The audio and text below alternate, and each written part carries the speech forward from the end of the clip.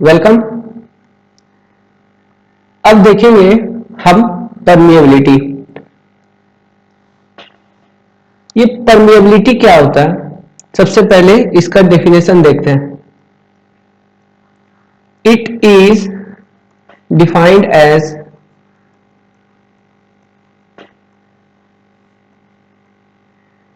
Property of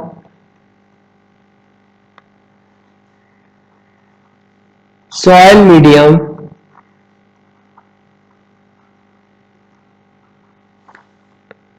to make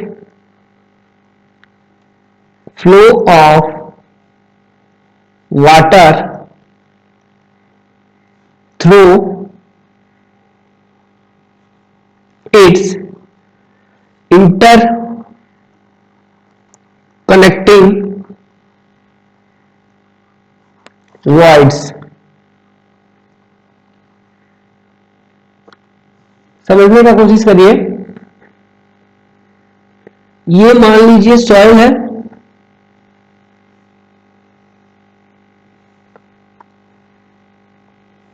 ये soil के grains हैं,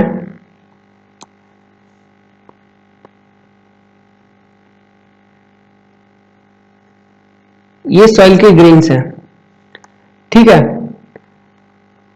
परमिएबिलिटी क्या है कि flow of water through this ability, it is property, ये प्रॉपर्टी है सॉइल मीडियम का to make flow of water through its interconnecting voids. Interconnecting voids ये हो गया, मान लीजिए वाटर यहां से आ रही है, सॉइल से पास करेगी तो ये वॉइड से फ्लो होगी, कुछ ऐसे ऐसे इस तरह से। तो इसका मतलब क्या हो गया कि अगर वाटर को फ्लो करना है वॉइड से, वॉइड स्पेसेस अगर ज्यादा होगा, so flow, permeability flow property है सॉइल मीडियम का। तो इसका यूनिट क्या होता है, लगभग हम जनरल लेते हैं सेंटीमीटर पर सेकेंड। देखिए एक तरह का वेलोसिटी है, सेंटीमीटर पर सेकेंड एक तरह का वेलोसिटी बता रहा, तो ये फ्लो है, वेलोसिटी है। सो अगर वॉइड स्पेसेस ज्यादा होगा तो फ्लो ज्यादा होगा, मतलब वॉइड स्पेस मतलब साइज। तो आप मुझे बता दो, कोर्स ग्रेन्ड सॉइल अगर है, कोर्स ग्रेन, वो कैसी होती है कोर्स ग्रेन? मान लीजिए ये साइज का मैं बना रहा हूं कोर्स ग्रेन, देखिए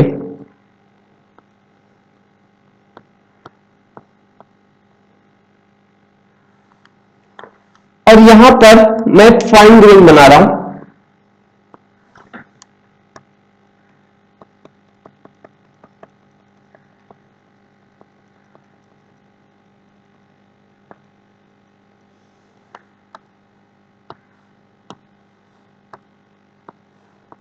ये कोर्स ग्रेन, ये फाइन ग्रेन।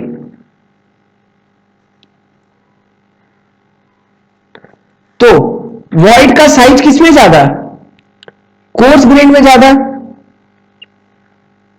तो वॉइड का साइज कोर्स ग्रेन में ज्यादा है, तो फ्लो किसमें ज्यादा होगा?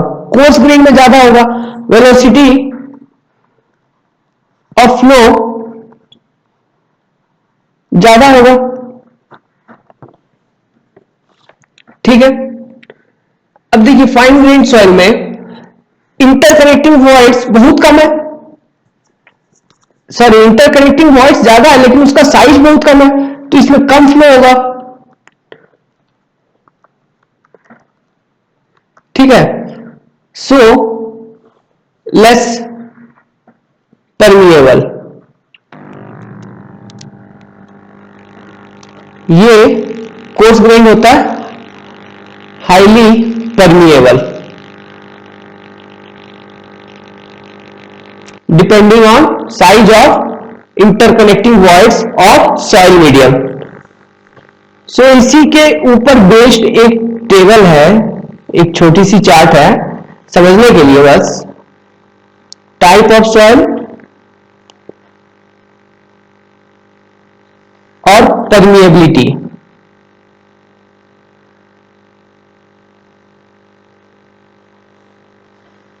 देखिए अगर ग्रेवल है तो इसमें सबसे ज्यादा परमिएबल होगा क्योंकि वॉइड का साइज ज्यादा होगा। ये होता है 1 सेंटीमीटर पर सेकेंड। इसका जो परमिएबिलिटी का रेंज है ग्रेटर देन 1 सेंटीमीटर प्रति सेकेंड से अधिक के रेट में पानी फ्लो करेगी। अगर सैंड है तो 1 to 10 to the power -3 centimetre पर सेकेंड। सिल्ट में इससे कम 10 to the power -3 to 10 to the power -7 centimetre पर सेकेंड। और क्ले में सबसे कम। ये किसके ऊपर बेस्ड क्लासिफाई किया गया? Size of interconnecting voids. ये कम होगा 10 to the power -7 सेंटीमीटर पर सेकेंड से।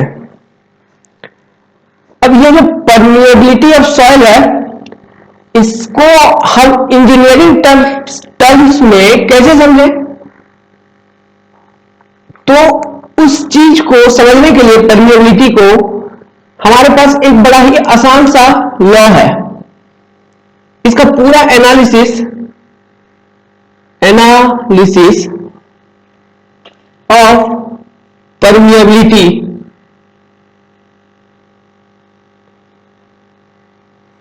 of soil medium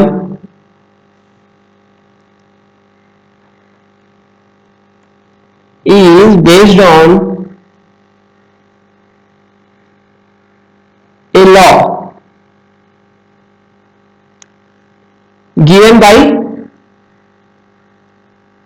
Darcy. तो वो लॉ है डार्सी लॉ। अब देखते हैं डार्सी लॉ क्या है। याद रखिए बहुत इंपॉर्टेंट लॉ है Darcy law of permeability.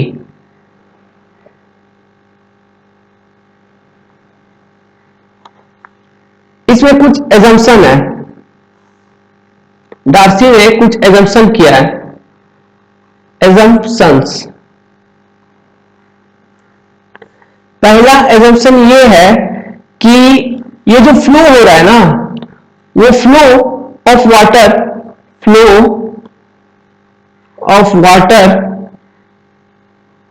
Through the soil occurs under laminar condition। अब देखिए लेमिनार ये पूरा फ्लूइड मैकेनिक्स में डिटेल में आता है फिर भी मैं यहां आपको बता देता हूं लेमिनार फ्लो क्या होती है। लेमिनार फ्लो अभी देखिए पाइप अगर है पाइप तो इसमें फ्लो हो रही है। मान लीजिए इसमें फ्लो हो रही है मतलब पानी आ रहा है इसके अंदर फ्लो हो रही है और बाहर निकल रही है। ये इनलेट है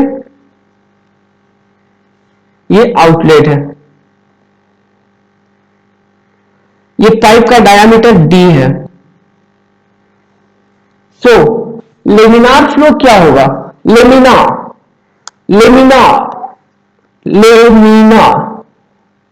का मतलब क्या होता है?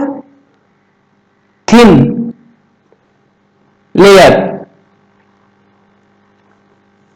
सो अगर पानी आपका फ्लो कुछ ऐसा हो रहा हो कि आपको लगे कि पानी स्थिर है लेकिन फ्लो हो रहा है मतलब वो जो पानी आगे बढ़ेगी ना एक लेयर के ऊपर स्लाइड करते हुए आगे बढ़ेगी। ये वाला एक लेयर बनाया। अब उसका नीचे का जो लेयर है उसके ऊपर ये स्लाइड करके आगे बढ़ेगी। सिमिलरली इसके नीचे जो होगा इस पर स्लाइड करते हुए ये आगे बढ़ेगी, कुछ इस तरह से नजर आएगा।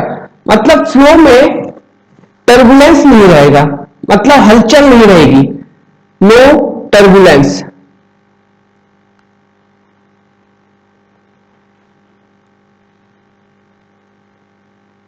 अगर टर्बुलेंस नहीं है तो आपको स्मूथ लगेगा ना वो फ्लो, तो इसे स्मूथ फ्लो भी कहा जाता है, स्मूथ फ्लो। इस टाइप ऑफ फ्लो में एनर्जी का कोई लॉस नहीं होता। ओके, टर्बुलेंट फ्लो में क्या होता है कि हलचल होने के कारण वाटर मॉलिक्यूल एक दूसरे से कोलाइड करते रहते हैं, तो एनर्जी एक्सचेंज होता है। मतलब ये जब इससे कोलाइड होगा तो इसके पास जितना एनर्जी था ये इसे दे देगा, इसका कुछ पार्ट इसे दे देगा।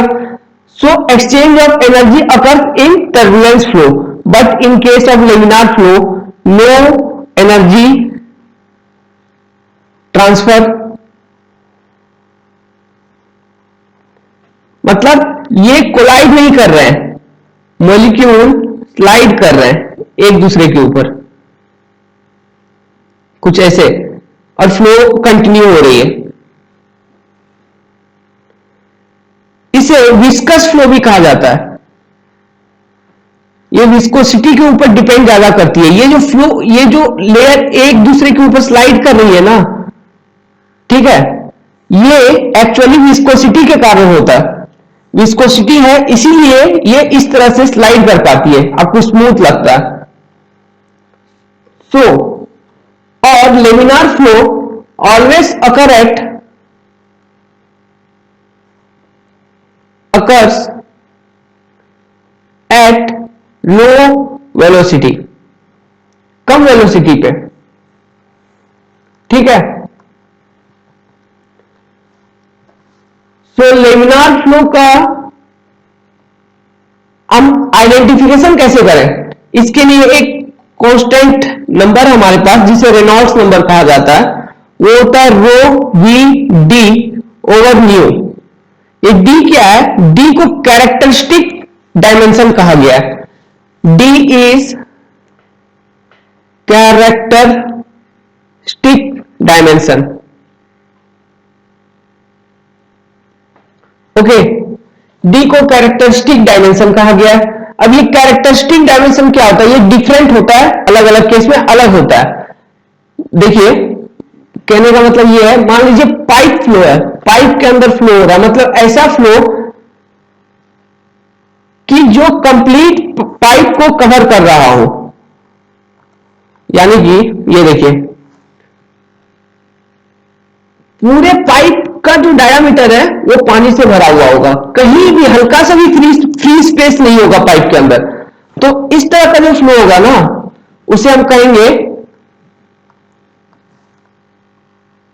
पाइप फ्लो, ठीक है। अब मान लीजिए आप दो प्लेट रख लिए कुछ ऐसे, उसका जो विड्थ है वो इनटू द प्लेन है,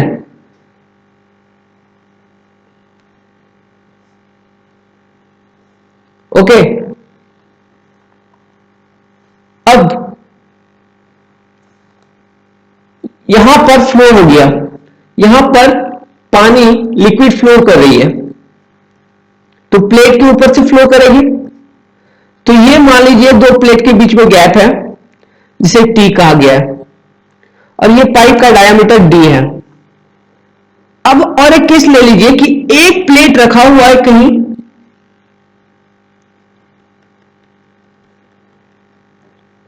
ठीक है, जिसके ऊपर फ्लो होती है, और इस तरह का कुछ लेयर बनता है। इसे याद अभी अभी के लिए नाम याद रखिए, ये फ्लूइड मैकेनिक्स में डिटेल में आ जाती है। इसे बाउंड्री लेयर कहा जाता है। सो अगर पाइप फ्लो है तो लेमिनार फ्लो तभी होगा पाइप में जब रेनॉल्ड्स नंबर का वैल्यू लेस देन 2000 होगी। अगर बाउंड्री लेयर फ्लो, अगर ये plate flow between two parallel plate, ये क्या है, पैरेलल प्लेट, और प्लेट्स स्टैटिक है, प्लेट्स में कोई वेलोसिटी नहीं है, मतलब प्लेट्स मूव नहीं कर रही है, प्लेट्स अपनी जगह पे पैरेलल है, मतलब अपने जगह पे स्टैटिक है और parallel to each other.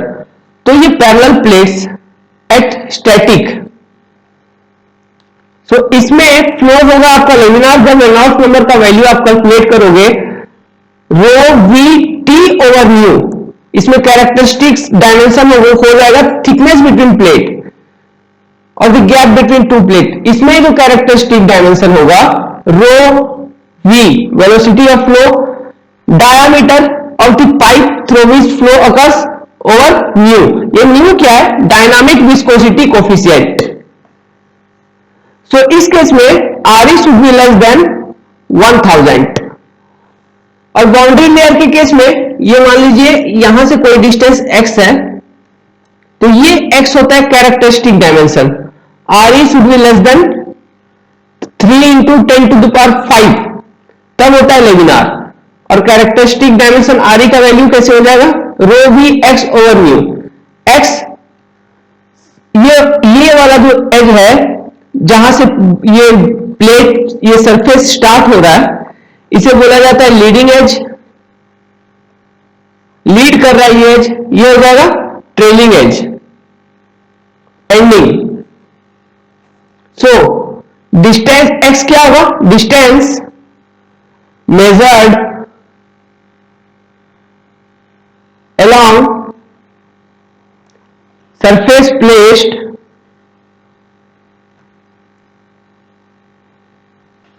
in boundary layer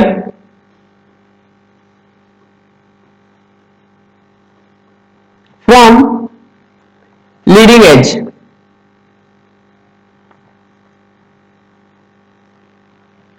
उसी तरह से इन सॉइल फ्लो किसमें हो रहा है? वॉइड स्पेसेस से हो रहा है। तो सॉइल के अंदर अगर फ्लो लेमिनार होगा, अगर लेमिनार होना है तो आर ई का वैल्यू कितना होगा? सॉइल के केस में in soil for laminar flow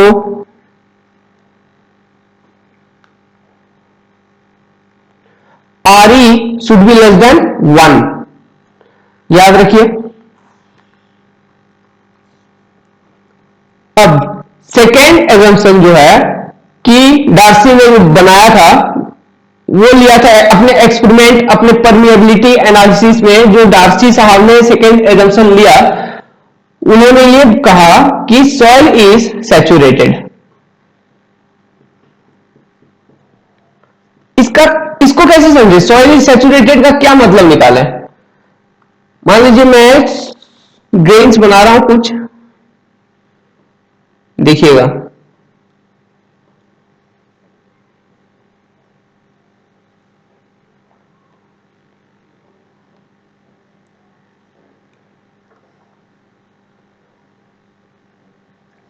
अब देखिए डार्सी साहब ने कहा ना कि पानी जो वॉइड है उसमें कंप्लीटली फील्ड है, ये पानी फील्ड है, मतलब कुछ भी एयर बाकी नहीं है, थोड़ी सी भी, पूरा वॉइड स्पेसेस लिक्विड से फिलअप है, तभी होगा सैचुरेटेड कंडीशन। क्योंकि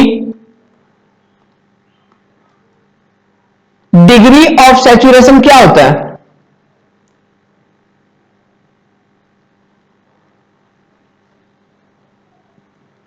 volume of water over volume of voids.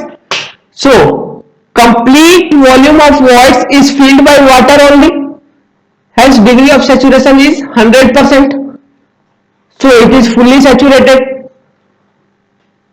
अब fully saturated कंडीशन एग्जिस्ट कर रहा है, उसके बाद सॉइल में फ्लो है, ये पानी इधर से बह रही है, ये पानी इधर से बह रही है, मतलब नीचे से आ रही है, इस इधर से इधर जा रही है, लेकिन वॉइड स्पेस फील्ड है। ये मतलब निकलता है इनका सेकेंड एजम्पशन का।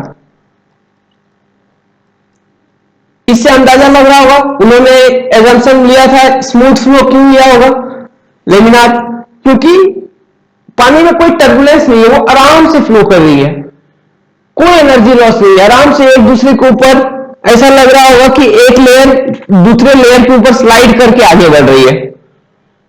ठीक है, एक बार फिर से वो स्लाइड वाला मैं बता देता हूं, दिखा देता हूं, देखिए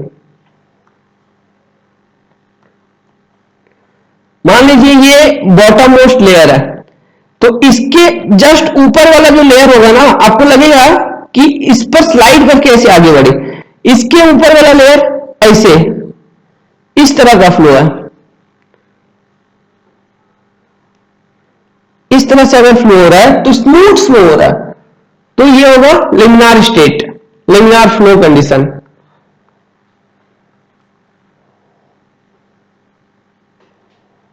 लेमिना मतलब थिन शीट्स में फ्लो हो रहा है, ये लेयर स्लाइड कर रही है, स्लाइडिंग ऑफ लेमिना।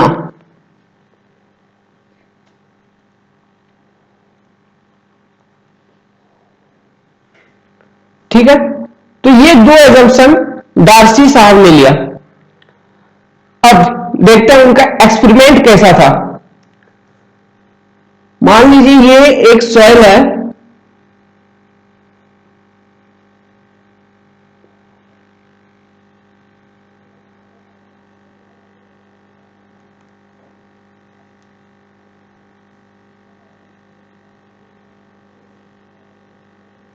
ओके,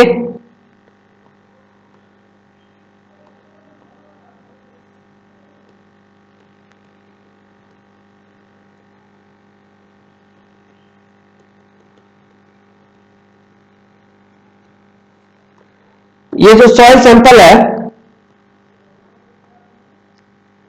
इसका लेंथ है L। अब फ्लो हो रहा है पानी, तो मान लीजिए कोई एक टैंक है यहां पर जिसमें पानी भरी पड़ी है और ये पाइप आ रही है और इस पाइप से पानी पास किया सॉइल से, तो वाटर जो होगी वो सॉइल से फ्लो करेगी उसके वॉइड से और एग्जिट हो जाएगी, और एग्जिट हो जाएगी। अब यहां और एक टंकी है, यहां पर मान लीजिए इसमें क्या है वाटर, ये है पॉइंट ए, ये है पॉइंट बी। तो देखिए मान लीजिए पॉइंट ए के ऊपर कितना ऊपर पानी है, पानी का टॉप सरफेस मान लीजिए H1, और पॉइंट बी के कितना ऊपर पानी का टॉप सरफेस है, ये मान लीजिए H2। अब यहां से आपको एक चीज नजर आ रहा है कि H1 जो है ग्रेटर देन H2 है, क्योंकि पानी का टॉप सरफेस किस तरह से फॉल कर रहा है, देखिए ये थी original state, level of head, head above A, इसे हेड ऑफ वाटर कहते हैं कि कितना ऊपर है वाटर का level above the consider point, A के कितना ऊपर है पानी का टॉप सरफेस, फ्री सरफेस। ठीक है, ये थी फ्री सरफेस। अब एट बी फ्री सरफेस क्या है, ए से कम लेवल पर है, मतलब ऐसा, तो इतना का लेवल आपने क्या किया, लॉस किया। जब वाटर आपका point A to point B तक पास किया, सो पॉइंट ए पर हेड ऑफ वाटर था H1, पॉइंट बी पर हेड ऑफ वाटर आपको मिला H2 जो कि कांस्टेंट हेड है। ठीक है, और वाटर को जब आपने अलाउ किया to flow through the soil तब मिला हेड H2, जो कि कम है हेड H1 से। सो लॉस कितना हो गया, H1 head at 1A minus H2। ठीक है, इसे क्या कहेंगे, डेल्टा H कह लेंगे। अब देखिए इसका यूनिट क्या होगा, मीटर और सेंटीमीटर में होगा, लेंथ का यूनिट होगा क्योंकि वो लॉस इन हेड है। अब अगर आप एक चीज का रेशियो निकालोगे, आप ये चेक करोगे जैसे पर यूनिट वॉल्यूम निकालते हो किसी भी क्वांटिटी का, उसी तरह यहां पर यूनिट लॉस निकालेंगे इस हेड का। मतलब ये जो लॉस हो रहा है डेल्टा H, ये इस लेंथ ऑफ सॉइल में, टोटल लेंथ L सॉइल में हो रहा है ना, तो पर यूनिट लेंथ, मान लीजिए ये लेंथ जो है 5 मीटर है, तो 1 मीटर में इस डेल्टा H का कितना फ्रैक्शन लॉस किया है। अब वो लॉस क्यों होगा, देखिए वाटर का जो यहां से यहां पर है वाटर का लेवल, अब यहां से आपने वाटर को अलाउ किया तो ये ग्रेविटी अब यहां से देखिए at point head of water about a H1 है, अब यहां से आपने वाटर का फ्लो अलाउ किया तो अंडर ग्रेविटी ये फ्लो करेगी, अंडर ग्रेविटी ये फ्लो करेगी। ठीक है, अंडर ग्रेविटी ये फ्लो करेगी और कुछ वेलोसिटी होगी v, हाई वेलोसिटी से फ्लो करते हुए आएगी, जैसे ही सॉइल से पास करने का कोशिश करेगी तो सॉइल में देखिए यहां पर सॉलिड है, ये सब सॉलिड है, कहीं कहीं पर फ्री स्पेस है, तो वाटर जहां फ्री स्पेस है उधर से ही फ्लो करने का कोशिश करेगा। ठीक है, तो इसे एक रेजिस्टेंस मिल रहा है, मतलब इसका जो स्ट्रेट फॉरवर्ड फ्लो था पाइप के थ्रू, अब वो पॉसिबल नहीं हो रहा है, उसे कुछ रेजिस्टेंस मिल रहा है, उसका फ्लो का जो पाथ हो रहा है वो चेंज हो रहा है। ठीक है, इसके कारण इसका वेलोसिटी कुछ कम रहा है, इसी के कारण यहां पर जो हेड मिल रहा है आपको टोटल, मतलब जो पासेज का रेट है वो कम हो जा रहा है, वाटर का पासेज का रेट थ्रू दिस सॉइल कम हो जा रहा है, इसीलिए हेड एट 2 आपको कम मिल रहा है। सो इन दोनों हेड का जो डिफरेंस होगा H1 minus H2 delta H, ये हो जाएगी head loss while soil is while water is allowed to pass through length L soil. So head loss per unit length L अगर आप निकालोगे तो उसे हम कहते हैं, ये जो रेशियो है इस रेशियो को I कहा जाता है। और I क्या है, हाइड्रा, I का नाम है हाइड्रा यूनिक ग्रेडियंट। और ये जो लाइन आपको मिल रही है हेड लॉस की, इसे कहते हैं हाइड्रोलिक लाइन। ठीक है, अब इसी का ग्रेडियंट कि 1 मीटर लेंथ में, देखिए मैं दिखा रहा हूं अलग कलर से, कि 1 मीटर मान लीजिए हॉरिजॉन्टल लेंथ ट्रेवल किया तो कितना लॉस हो गया। ठीक है, यही है आई, ग्रेडियंट यही होता है, 1 मीटर लेंथ में पर यूनिट लेंथ में कितना राइज या कितना फॉल हो रहा है, यही होता है ग्रेडियंट। सो आई है हाइड्रोलिक ग्रेडियंट लाइन है, ये एक्चुअली हाइड्रोलिक ग्रेड लाइन। ठीक है, तो हाइड्रोलिक ग्रेड लाइन का जो ग्रेड है उसे कहते हैं हाइड्रोलिक ग्रेडियंट, जो कि है आई, और वो क्या है, total head loss per unit length of soil. So hydraulic grade समझ में आ गया। तो अब बात करते हैं डार्सी लॉ क्या कहता है। According to Darcy,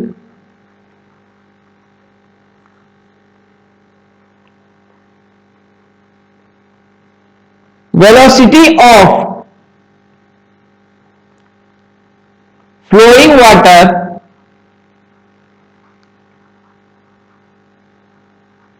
through interconnected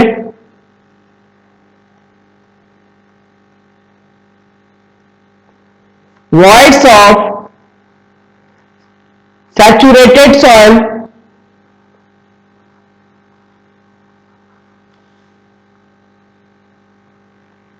under laminar flow condition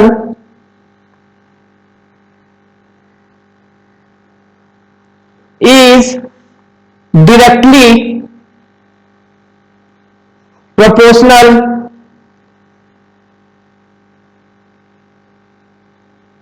to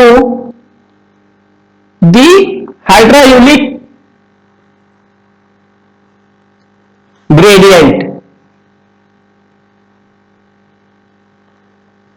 क्या मतलब हो गया? वी फ्लो और वी एवरेज या फिर वी सुपरफिशियल नाम है और कुछ नहीं, डार्सी सामने का, is directly proportional to I equals delta H over length of soil. So V directly proportional to I. अब देखिए ये प्रोपोर्शनलिटी है, तो इस प्रोपोर्शनलिटी को रिमूव करने के लिए कोई एक न एक कांस्टेंट आपको आना चाहिए। अब वेलोसिटी का यूनिट क्या होता है? मीटर पर सेकेंड या सेंटीमीटर पर सेकेंड, और आई यूनिटलेस है। सो ये दोनों अगर इक्वल होगा, R F for R H S equal L H S, V equals K times I, और ये जो K है ये रिप्लेस करता है प्रोपोर्शनलिटी को, और इस K का नाम है परमिएबिलिटी